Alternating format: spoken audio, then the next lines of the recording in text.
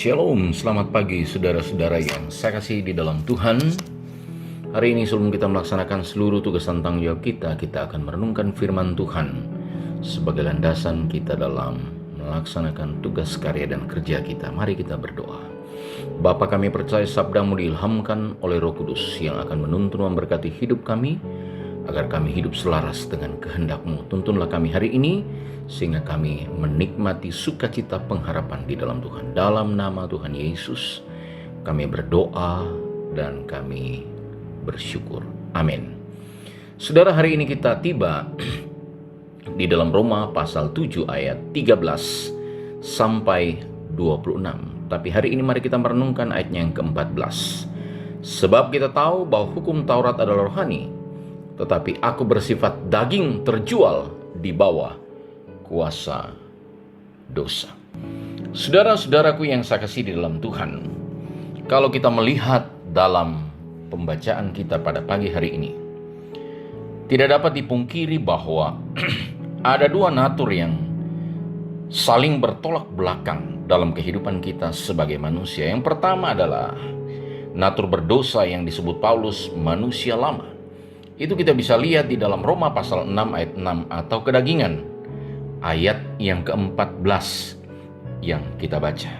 Natur ini bertentangan dan melawan manusia baru atau ciptaan baru di dalam Kristus sebagai natur yang kedua. Keduanya saling tarik-menarik sehingga hidup seorang Kristen bagai sebuah medan perang, tempat bertarung dua kekuatan.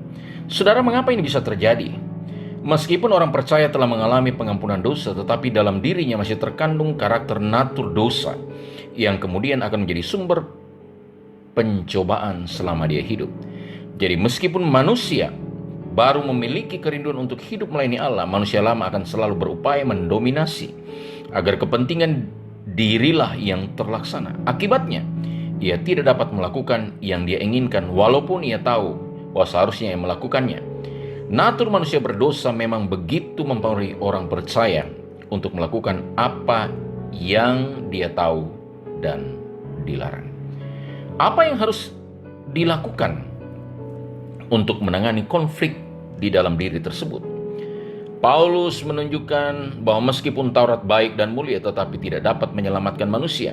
Manusia membutuhkan Tuhan Yesus Kristus dan kelepasan hanya bisa didapat di dalam Dia. Kita bisa melihat di situ di dalam ayatnya yang ke-25. Syukur kepada Allah oleh Yesus Kristus Tuhan kita. Saudara-saudaraku yang saya kasihi di dalam Tuhan, inilah yang terjadi dalam kehidupan kita. Itulah sebabnya tiap hari kita berjuang melawan keinginan-keinginan daging yang seringkali menyesatkan kehidupan kita. Sehingga begitu banyak orang membiarkan dirinya untuk dikuasai oleh keinginan daging. Akhirnya dia terhempas. Biarlah kita sebagai orang-orang yang percaya kepada Tuhan semakin sadar bahwa hanya Yesus Kristus yang memberikan kemampuan dan kekuatan bagi kita oleh pertolongan Roh Kudus agar kita hidup seturut dengan kehendak-Nya, mempertahankan hidup suci dan kudus. Inilah yang Tuhan inginkan. Saudara-saudara yang saya kasihi dan diberkati oleh Tuhan, biarlah kita sebagai orang-orang yang percaya kepada Yesus benar-benar menyadari akan kondisi keadaan ini, sehingga di dalam menjalani kehidupan ini kita benar-benar hidup menunjukkan jati diri kita sebagai manusia rohani yang telah dimerdekakan di dalam Tuhan. Sebab kita yakin dan percaya Tuhan memberikan kekuatan dan kemampuan bagi kita. Saudara, biarlah hari ini kita sungguh-sungguh berjalan sesuai dengan kebenaran firman Tuhan dan menyadari bahwa seringkali yang terjadi, kita melawan keinginan-keinginan daging yang menyesatkan natur dosa yang seringkali menghancurkan kehidupan kita lewat perbuatan-perbuatan yang seringkali menyesatkan hidup kita. Mari kita sadar bahwa hanya di dalam pertolongan Roh Kudus kita mampu untuk hidup benar, sehingga kehidupan kita menjadi berkat dan kesaksian di tengah-tengah hidup kita.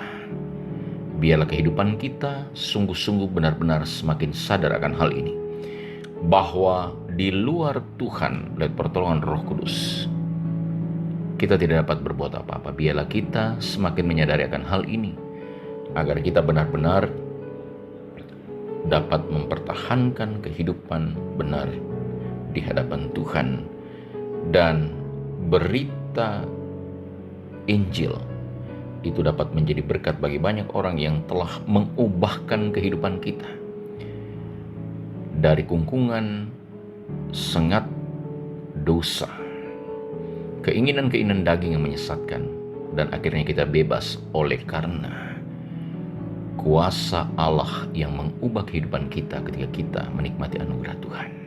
Biarlah kita hidup dalam pimpinan Tuhan hari ini, agar kita hidup berkemenangan hanya di dalam Dia. Demikian firman Tuhan. Mari kita berdoa. Bapa, kami percaya sabda-Mu yang akan menuntun memberkati kehidupan kami, agar kehidupan kami benar-benar hidup seturut dengan kehendak Tuhan. Berkati kami hari ini dalam kami melaksanakan tugas, karya, dan kerja kami. Dalam nama Tuhan Yesus kami berdoa. Amin.